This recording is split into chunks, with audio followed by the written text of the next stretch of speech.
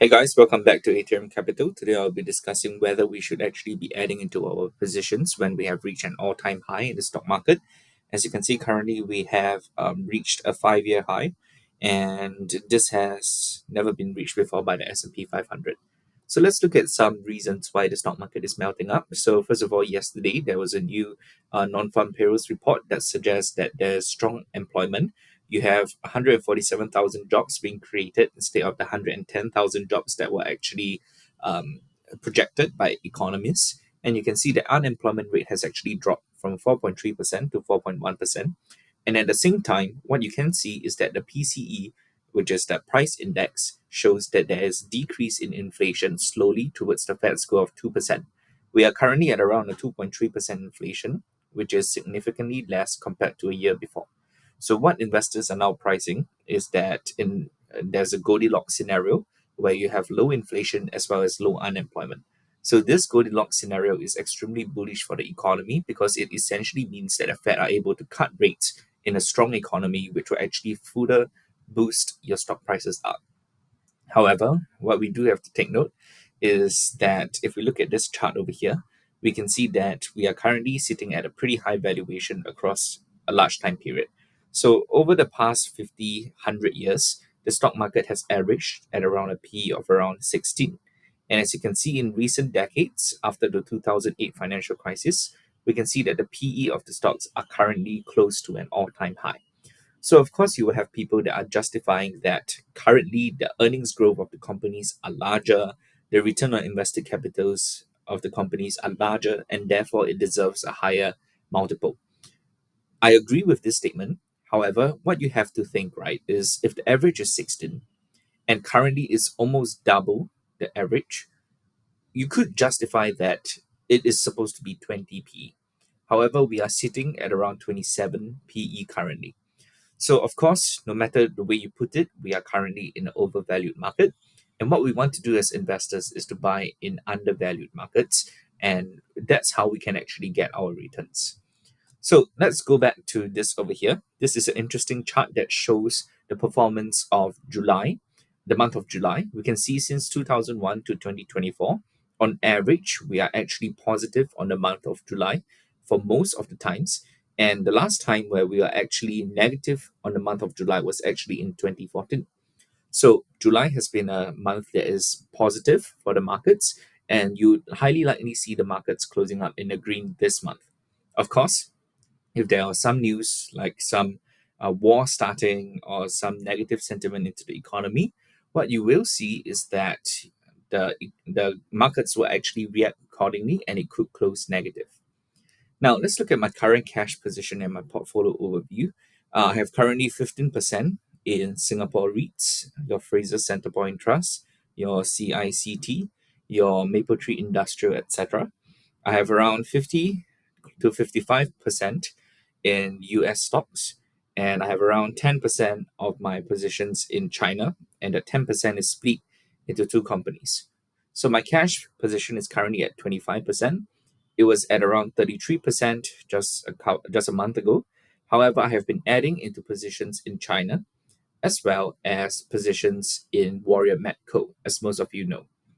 So again, why I'm not buying, we can see that we are currently at an extreme high, and it's highly likely that over the next decade, we'll actually mean revert. Okay, so what are the positions that I am currently looking to buy now? So, of course, I'm sure most of you guys in the Telegram would know that I am extremely interested in Warrior Metco. So, for those of you guys who are actually interested in the company, based on my research and my understanding, Metco prices are likely to bottom in about 5 to 6 months' time. So I would recommend you guys, if you want to build a full position, to actually dollar cost average within the 5 to 6 months.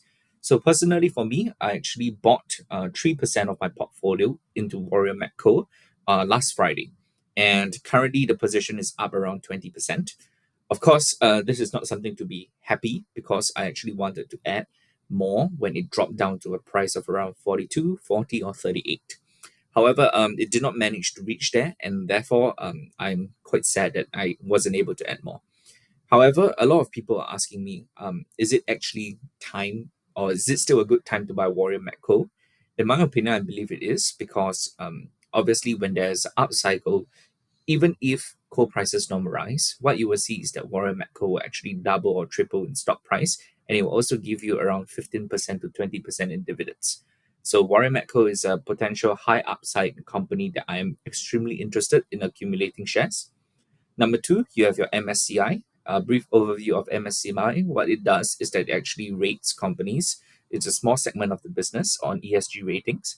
And it also actually provides world indices. So your world indices, such as your MSCI World Index and your international um, stock holdings, are actually under MSCI, which actually has a transaction fee as well as a management fee involved.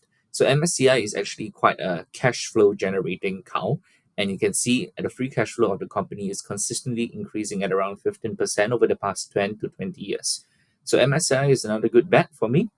Thirdly, we have our Pool Corp. So I've been looking into this company. However, I have not entered the position at all because I believe that it is still currently quite overvalued.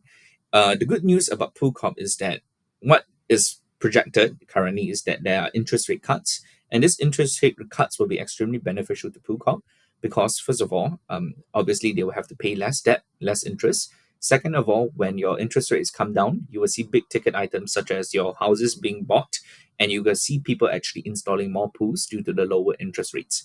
So, of course, Pool Corp will definitely benefit.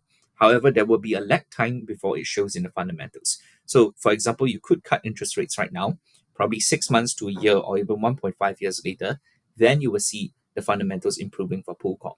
So, of course, what we can do, right, since we are predicting that interest rates will come down, we could actually just start some positions in Pool Corp. However, for me personally, I'm actually not interested for now. I would like to add around 280, 250, and load at around 200. Number four, we have MasterCard. MasterCard is a company that I have actually bought into recently during the stablecoin fiasco. So, of course, a lot of people will be asking me, what's the difference between MasterCard and Visa? So, business and fundamentals wise, MasterCard and Visa are actually similar, if not identical. However, MasterCard is actually growing at a much faster rate compared to Visa. And because MasterCard is actually a much smaller player, it is less subject to regulatory scrutiny. So Mastercard has been growing fundamentals insanely well. Its return on invested capitals is high. Its margins of the business is also extremely high. And therefore, Mastercard is a business that I am definitely looking to enter. So I have actually arranged this based on the desirability. In my opinion, the number one priority for me right now is to put more money into Warrior Metco. It is a company that I'm extremely bullish on. It is a company that I understand extremely well. And it's a company that I believe has a low risk and high reward scenario. So of course, I will not be allocating a shit ton of my position to Warren Metco because it is highly uncertain. So it could actually dip another 30 to 40%. However, I'm actually willing to allocate to a maximum of around 8% of my portfolio in Warren Metco because of the large risk to reward that I see in the company. If you guys found this video useful, do consider subscribing. And if you're actually interested in seeing my Metco thesis right up, it's actually in the link in the description below to join the Telegram group, and you can see my messages that I have sent in there. I hope you guys found this video useful, and if you did, do consider subscribing.